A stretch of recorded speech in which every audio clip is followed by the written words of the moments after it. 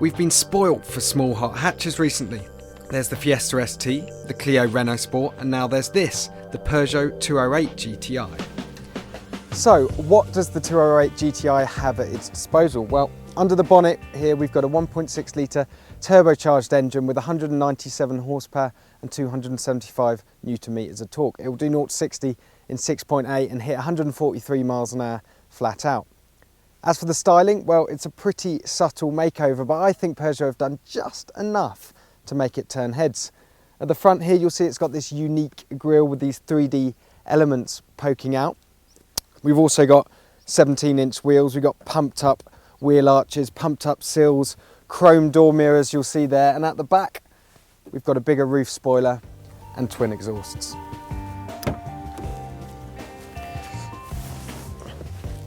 As you can see, the interior is pretty much the same as the standard car, save for this new black and red colour scheme and this great stitched leather dash. A couple of things to mention though. The first one is these great sport seats. They're part leather, they're really deeply bolstered so they hold you in place when you're flying around the corners, and they're set 10mm lower than the standard car, so you really feel like you're sitting in it rather than on it. The other is the steering wheel. It's the same small rimmed unit from the standard car and it feels really at home in the GTI, but there's still the same problem. The top of the wheel, when it's adjusted for me, blocks out the instrument cluster and can be quite annoying. And how's this for a slice of old school? When you want to start the car, there's no buttons to push, you don't have to press the clutch or the brake, you simply insert the key, twist it, and you're off.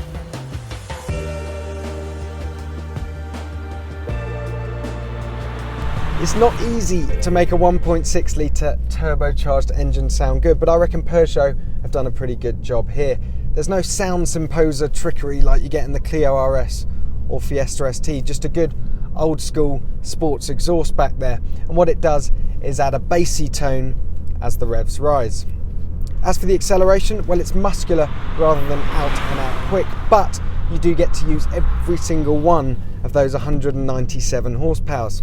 And the other plus point, well, that's the manual gear shift. It's really smooth, it's really slick, there's a slight mechanical feel to it as you slot it into gear.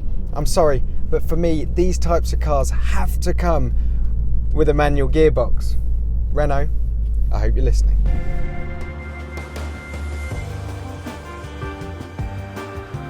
The GTI gets lower, stiffer suspension, bigger brakes, more weight to the steering and a wider track front and back.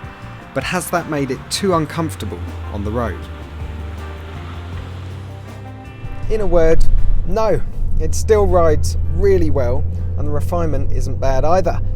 Find the right corner and there's loads of fun to be had though. Turn in, there's a little bit of body roll, but that really doesn't matter because there's so much grip, so it sticks to its intended line like glue. As for the steering, well, it's a little bit light and I could do with it weighting up a bit more as you turn off centre, but it is quick and it is direct, so you're able to change direction quickly and place the car exactly where you want to. We're going to have to wait until we drive this car on track to find out just how playful it is on the limit, but here on these winding roads it really is very capable indeed.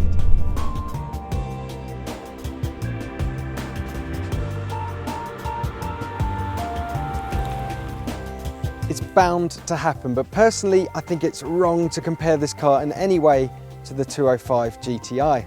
Nowadays we've got crash regulations, emissions regulations, and the amount of equipment that customers demand mean that manufacturers operate in a completely different world. So Peugeot deserve a pat on the back for creating a car that's hilarious one minute and can play the family runaround the next.